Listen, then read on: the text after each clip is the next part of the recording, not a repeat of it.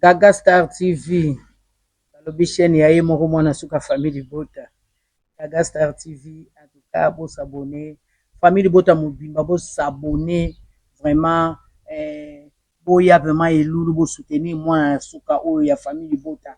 Na kombo ya Gaga Star TV, vous s'abonner, vous chaye maboko, vous tombolango. Aza mwana oyo azo la promotion ya Belvique Kandi TV.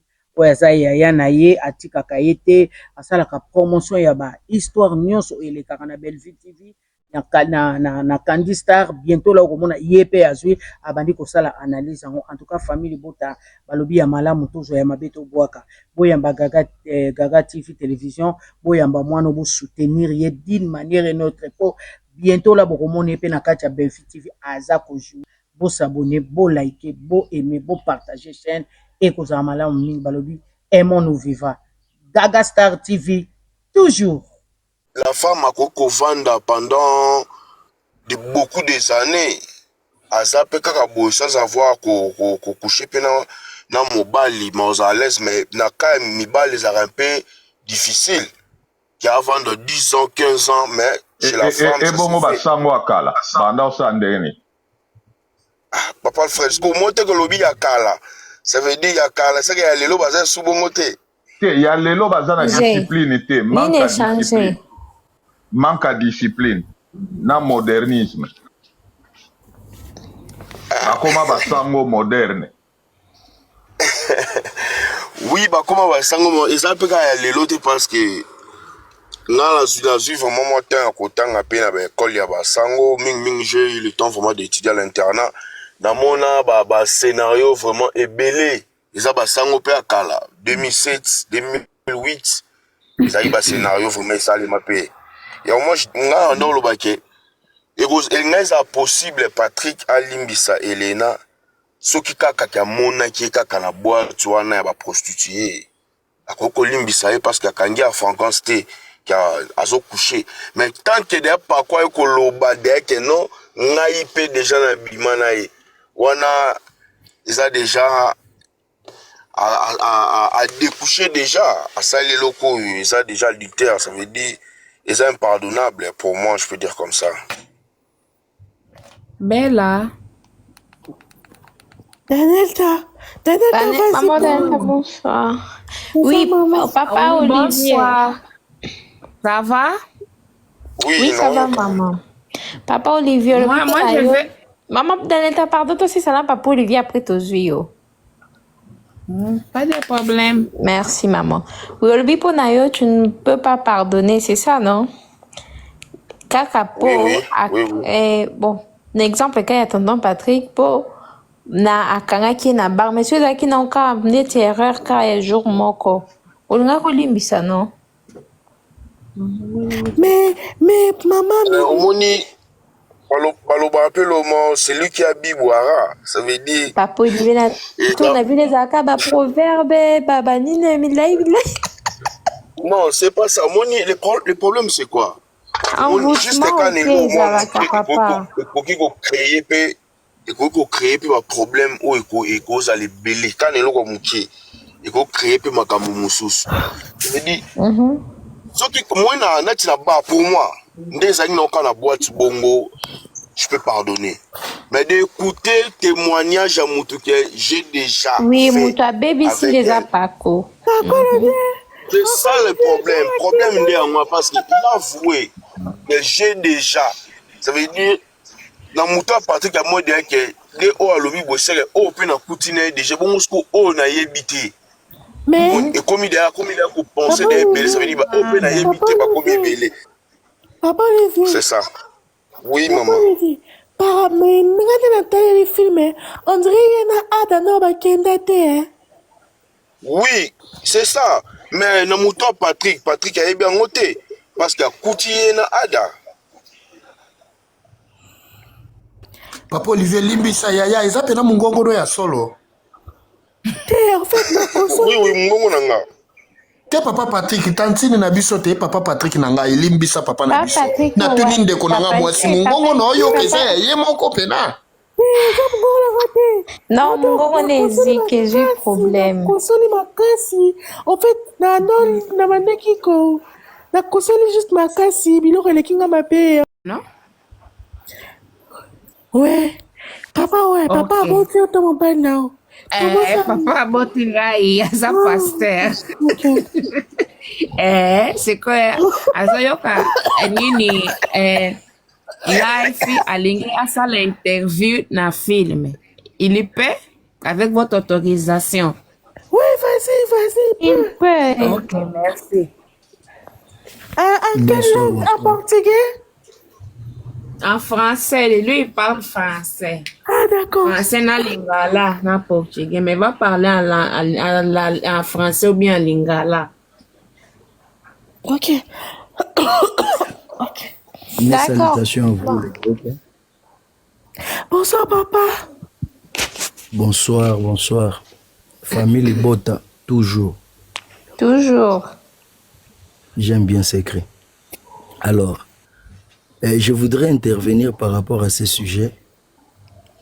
Vous savez, c'est un sujet moko, eza oyo nakokoloba d'actualité presque dans tout le monde. Oh, ba bengi infidélité. Donc comprendre que même dans le niveau pastoral, il y a même des pasteurs infidèles.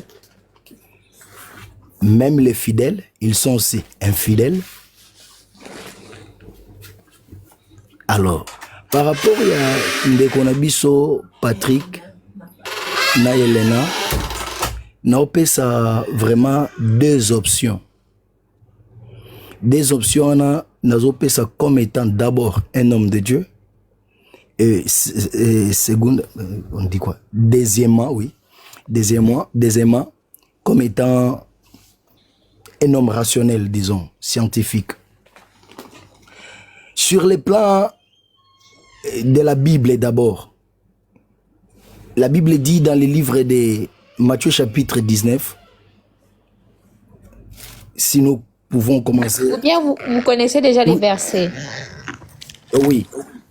Ok. Je ne peux pas lire... Non, je peux J'ai lire la ou vous Bible. pouvez lire. Oui, j'ai la Bible ici. Oui, vous entrez sur Matthieu 19. Hein? Oui, Matthieu, combien, papa? Matthieu chapitre 19. Mhm. Nous allons commencer dans le 5e verset et on descend jusqu'au moins 10. Si ça ne va pas prendre beaucoup de temps. Ou nous prenons d'abord 6. Prenons le 6e verset d'abord. D'abord le 6e verset.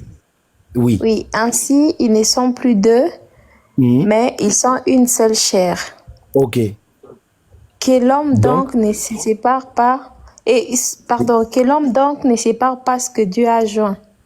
Ok. 7e? Non, nous allons d'abord nous limiter d'abord là, après nous allons descendre après. Dans le 6e verset de ce passage, la Bible dit, ils ne sont plus deux, mais ils sont devenus un. Donc cela veut dire, Elena sortir de la maison pour aller faire des niaiseries, c'est aussi faire sortir Patrick de la maison pour na okende osala pe buzoba oyazo sala, comme étant une seule chair. Donc ce qui voudrait tout simplement dire, naturellement, Elena a cotisé Patrick nakati ya lisumu ya adultère sans que Patrick azala na consentement na yango. Première des choses. Deuxième des choses, yango na lobby, toujours dans la Bible, na deuxième partie na biso babi que l'homme ne sait pas parce que Dieu a uni. Sikoyo, na katikati sikoyo ya makambo oyo, il faut maintenant qu'on pose question de base. Batu misusu bakoki ko balana na musuni. Est-ce que na molimo pe bazaya ko balana? Point d'interrogation. Puisque en réalité, l'homme c'est l'esprit. Ce qui esprit à Hélène, na esprit à Patrick, ezalaki un. Jamais nzoto ya Hélène ngai ko bimalibanda. Papa, pardon, à quel moment on s'est marié en esprit? À quel moment? Ok. Nous parlons ici, c'est sur le plan spirituel comment? Na terme moko simple quoi. deux personnes ne peuvent jamais marcher ensemble soki bayokani te. Pourquoi et comment? Bakoyokana te d'abord sur les plans spirituels. Il y a un enseignement au biso topé sarana makamba religion de na ibisibino tolobango les marques se croisent. Jamais sogozana marque ya bonzambe okolinga sozo marque ya Satan okotsa kati na yo. Soit ozalaki na marque ya Satan obandai ko bomba yango, soit ozalaki na marque ya Nzambe mais oyebaki ko sala yango te, mais marque ya Satan eye ko dominer yo. Mais marque o e dominaka toujours liboso ezala na marque oyo ezalaka nango depuis l'éternité, entre autres sur les plans spirituels. Naolobi la chiko awa sur les plans ndeko na biso Patrick soki semence na ye spirituel ezalaki impudicité te. Sur les plans spirituels asalaki déjà faux choix parce que le fondateur du mariage c'est d'abord Dieu. On recourt toujours devant ces dieux comme étant la source spirituelle otobenga Abba. Après ça biso ba information ya esprit o non ngana ke ndiko sala nango alliance, puisque mariage comme étant alliance il y a des bossé photo sala sur le plan spirituel, c'est-à-dire la volonté de Dieu doit primer dans toute forme de mariage. Ce qui volonté nzambe primer te yangwana o mona keno sur le plan charnel ezana comment dirais-je, moi séparation quoi. Oyazana vie mususu, oyazana vie mususu, conformité vraiment et ezalate. Maintenant na sur le plan scientifique. Sur le plan scientifique, maman nanga, vous allez comprendre que nzoto ya moisi et habituaka, excusez-moi pour les termes. Je suis scientifique aussi quelque part. Et habituaka na eloko moko. Soki insatisfaction moko boy ezana kati eloko wana, c'est par là que moi c'est qui n'a ko bima libanda. Très bien. Un deuxième des choses. Pardon? Très bien. Un deuxième des choses. Tango mama ao bima libanda. Kaka Star TV lobisheni ya moko mwana suka family bota. Kaka Star TV kabo s'abonner. Famille bota mobimba bo s'abonner vraiment oya